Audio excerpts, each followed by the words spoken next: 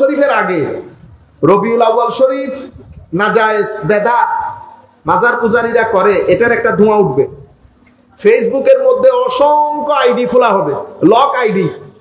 কখনো জামের গম্বুজ খচিত, কখনো মদিনা শরীফের গম্বুজ খচিত, কিন্তু এগুলো একটা আমাদের লোক না, বাইরের লোক। শত শত লক আইডি। এই আইডি গুলা থেকে ধারাবাহিকভাবে প্রচার হবে মাহফিল বেদাত বেদাত বেদাত। তা আমাদের মতো যারা মাঠে ময়দানে কাজ করে, আমরাও কোমর বেঁধে নাবি জায়েজ জায়েজ জায়েজ। এই জায়েজ বলতে বলতে 2-250 বছর খতম, 2-250 বছর খতম। পবিত্র কোরআনের শুরু থেকে শেষ পর্যন্ত সমস্ত সূরা আয়াতগুলো গরিবের মতো আমাদের পানে চায়ে আছে। আমরা সেগুলা নিয়ে কথা বলার কোনো সুযোগ নাই।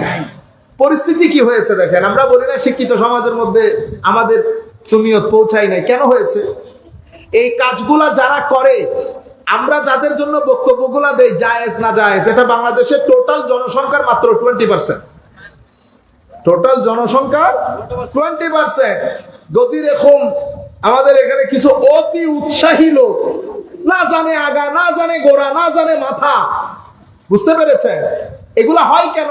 হয় মূর্খতা, নতুবা তাসাদ্দুদ, নতুবা টাকা। তিনটা থেকে যে কোনো একটা। আমরা টাকা এবং তাসাদ্দুদ ছেড়ে দিলাম, আমরা বলবো জিহালত। আপনি জানেন না বিদায় করেছেন, জানেন না বিদায় করেছেন। এখন এই বিষয়গুলো আপনার আমার, আমরা মনে করতেছি হাই পুরো বাংলাদেশ শেষ। বাংলাদেশ শেষ হয়নি। এটা লিমিটেড হচ্ছে 20% পপুলেশনের মধ্যে। 80% লোক যারা পুরো বাংলাদেশের মধ্যে ছড়িয়ে ছিটিয়ে আছে, কলেজ বিশ্ববিদ্যালয়ে পড়ে, তারা কিন্তু জানেও না এখানে এই ঘটনাগুলো ঘটতেছে।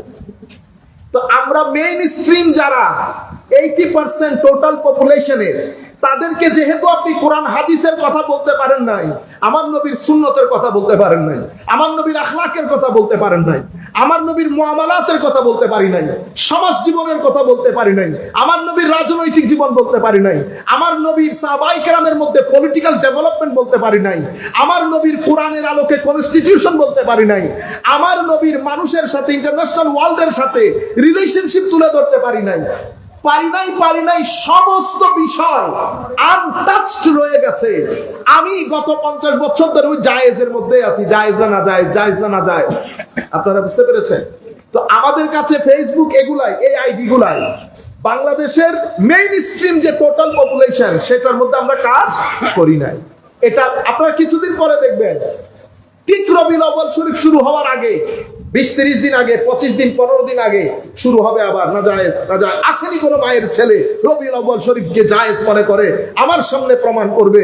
এটা যখন বলেছে, আপনিও তেরে বেগুনে জ্বলে উঠেছেন। হ্যাঁ, মায়ের ছেলে, আয় বেটা তুই আমার লগে ডিবেট কর, দরকার নাই। কত মানুষ আমাকে চলতি পথে রাগানোর চেষ্টা করবে।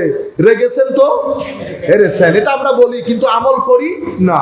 এগুলো আমার কানের বাইরে, এগুলো আমার কানের বাইরে। এটা নির্দিষ্ট গোষ্ঠী চাচ্ছে আপনি যেন মেইন স্ট্রিম সোসাইটির মধ্যে ঢুকতে না পারেন। যার কারণে ফেসবুকে, ইন্টারনেটে, অনলাইনে যখন আপনি আমাদের বক্তব্য সার্চ করেন যে আমি আমার পারিবারিক জীবন কেমনে লিড করব, আমাদের কোনো বক্তব্য নাই। আমাদের সমস্ত বক্তব্য এই কেন্দ্রিক। আমাদের বক্তব্যগুলো, আমাদের ইন্টারেস্ট এই জায়গায়। নবী নূর মাটি, এটা 1000 স্টুডেন্ট ভর্তি হবে।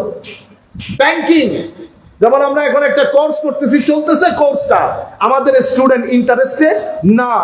কোন শিক্ষামূলক কর্মকাণ্ড আমরা পছন্দ করি না। আমরা রাত দিন কথা বলি এগুলা নিয়ে। 2-4 জন বসে, সুন্নিরা অনৈক্য, সুন্নি হয়েছে, অমুক এটার সাথে এটা বলছে। আপনারা নিজেরা বলেন, 2-4 জনের বক্তব্য।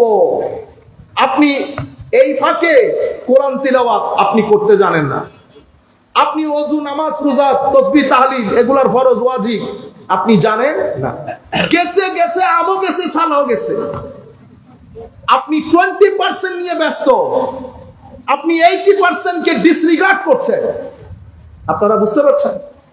ঠিক সেভাবে মুহররম শরীফের আগে একটা দোয়া ওঠে, কি মানুষ শিয়া হয়ে যাচ্ছে, আহলে বাইত রাসূলের শানের কথা বলে সাহাবায়ে কেরামের শানে বেয়াদবি করছে। আপনারা কি মনে করেন এটা কি আজকে হচ্ছে? এটা আজকের ইতিহাস? আপনি তো ঘুমে আছেন। তাহলে আপনি ভালো করে ইতিহাস পড়েন, ফিরকার ইতিহাসগুলো পড়েন।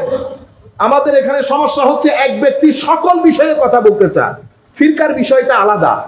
আপনারা যারা ফিরকা নিয়ে মাদ্রাসার লেখাপড়া করেন তারা আল মিলাল ওয়ান নেহাল করেন ইমাম শাহরিস্তানি, আল ফারকু বাইনাল ফিরাক করেন ইমাম আব্দুল কাহির আল বাগদাদি, তারিখ মাযাহিবুল ইসলামিয়া পড়েন ইমাম আবু যুহরা। এই কিতাবগুলো পড়লে আপনারা ফিরকা বুঝবেন, ফিরকার আকীদা বুঝবেন, তখন আপনি ডিল করতে সুবিধা হবে। আপনারা বুঝতে পারছেন? এটা তো অনেক আগ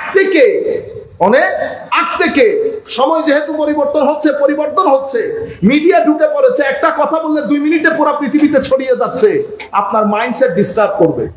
সুতরাং আমি পুরো পপুলেশনটাকে সামনে রাখবো, সামনে রেখে আমি পুরো পরিস্থিতি জাজ করব।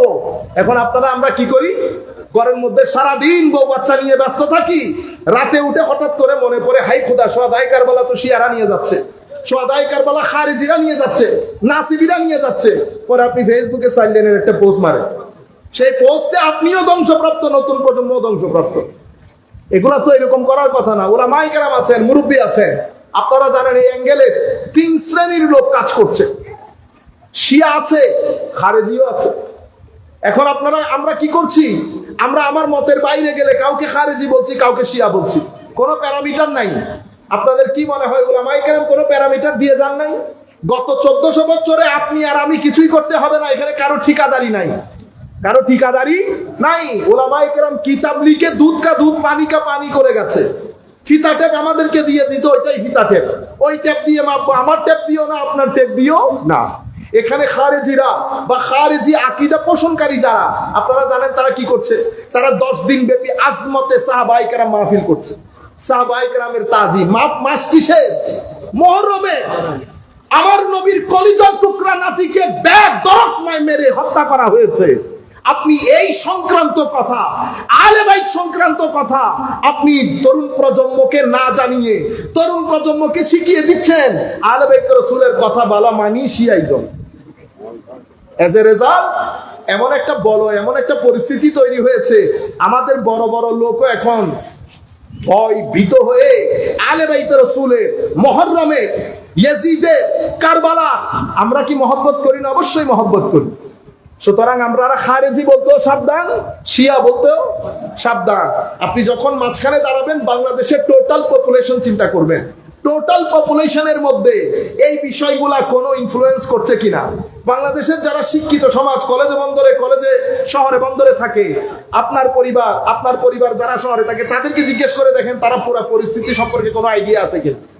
তারা কোনো কিছু জানেও না। কিন্তু আমি কি করলাম? আমি এই 10%-এর কাজ 90%-এর উপরে দিয়ে পলিসি মেক করলাম। পলিসির মধ্যে আহলে বাইত রাসূল সরে গেছে। তরুণ প্রজন্ম কেমনে জানবে আহলে বাইত রাসূলের মহব্বত কি পরিমাণ গুরুত্বপূর্ণ? এটা তো শিয়া, খারেজি, রাফেজি, মুতাজিলা, সুন্নির বিষয় না। আহলে বাইত রাসূলের মহব্বত এটা ঈমানের বিষয়। সুবহানাল্লাহ। এটা কিসের বিষয়? ঈমানের বিষয়। এটা নিয়ে আপনি আল্লাহ রাসূলের উপর ঈমান, এটা কি কোনো ফিরকার কথা? না, এটা কোনো ফিরকার বিষয় না। তরুণ প্রজন্মকে বুঝাতে হবে যে আহলে বাইত রাসূলকে যদি কেউ মহব্বত না করে মুমিন হইতে পারবে না। কেন? কারণ আমার নবী ঘোষণা করেছেন, আল্লাহর ইজ্জতের কসম, ঈমান তোমাদের মধ্যে কারো অন্তরে ঢুকবে না যতক্ষণ পর্যন্ত সেই ব্যক্তি আমার আহলে বাইতকে আমার কারণে মহব্বত না করবে। আমার নবী হাদিসে পাকের মধ্যে ইরশাদ করছেন, তোমরা আল্লাহকে মহব্বত করো, লিমা ইয়াযুকুম মিন নিআমিহি। আল্লাহর নিয়ামতের চাদরে তোমাদেরকে আবৃত রেখেছেন, সেই কারণে আল্লাহকে মহব্বত করো। আর আমার আহলে বাইতকে মহব্বত করো, আমাকে মহব্বত করো আল্লাহর কারণে। আর আমার আহলে বাইত, আমার আহলুল বাইতকে মহব্বত করো আমার কারণে। পবিত্র কোরআনের আয়াত সবকিছু আপনাদের সামনে অনুরূপ পাবে। সাহাবায়ে কেরাম, আপনি আপনার সন্তানদেরকে আগামীকালকে রাত্রে বসে এগুলো শিক্ষা দিবেন। সাহাবায়ে কেরামের সবাই আমাদের মাথার উপর। এখানে 19-20 আপনাকে শিয়াও করবে না, খারেজি করবে না। 19-20 করলে আপনি ঈমানের গণ্ডি থেকে বের হয়ে যাবে। আপনারা বুঝতে পেরেছেন? এটা অনেক সেনসিটিভ ইস্যু। আহলে বাইত রাসূলের মহব্বত সেরকম, একটু 19-20 হলে ঈমানের গণ্ডি থেকে বের হয়ে যেতে হবে। সেই কারণে তরুণ প্রজন্মকে, আমাদের সন্তানদেরকে, বাচ্চাদেরকে এই কথাগুলো শিখাইতে হবে। আহলে বাইত রাসূলের মহব্বত কি পরিমাণ গুরুত্বপূর্ণ। আমার নবী সাল্লাল্লাহু আলাইহি ওয়াসাল্লাম, কিছুক্ষণ আগেও আমি এক মাহফিলে বলতেছিলাম, আমার নবী সাল্লাল্লাহু আলাইহি ওয়াসাল্লাম এই দুইজনকে কোলে নিতেন, শুকতেন, এভাবে স্মেল করতেন, কারণ দুইজনের শরীর থেকে বিশেষ একটা খুশবু আসতো। এরপরে আমার নবী এমন করে জড়িয়ে ধরতেন দুইজনকে, আমার নবী চুমু দিতেন, অনেক সময় ঘাড়ে তুলে মদিনার অলিতে গলিতে হাঁটতেন। কিছু একটা তো বলতে চাচ্ছিলেন আমার নবী। মক্কার অলিতে গলিতে নাতি কুলে নিয়ে আর তো কেউ হাঁটে নাই, আমার নবী কেন এই কাজ করছেন? কিছু তো একটা ঘটনা আছে।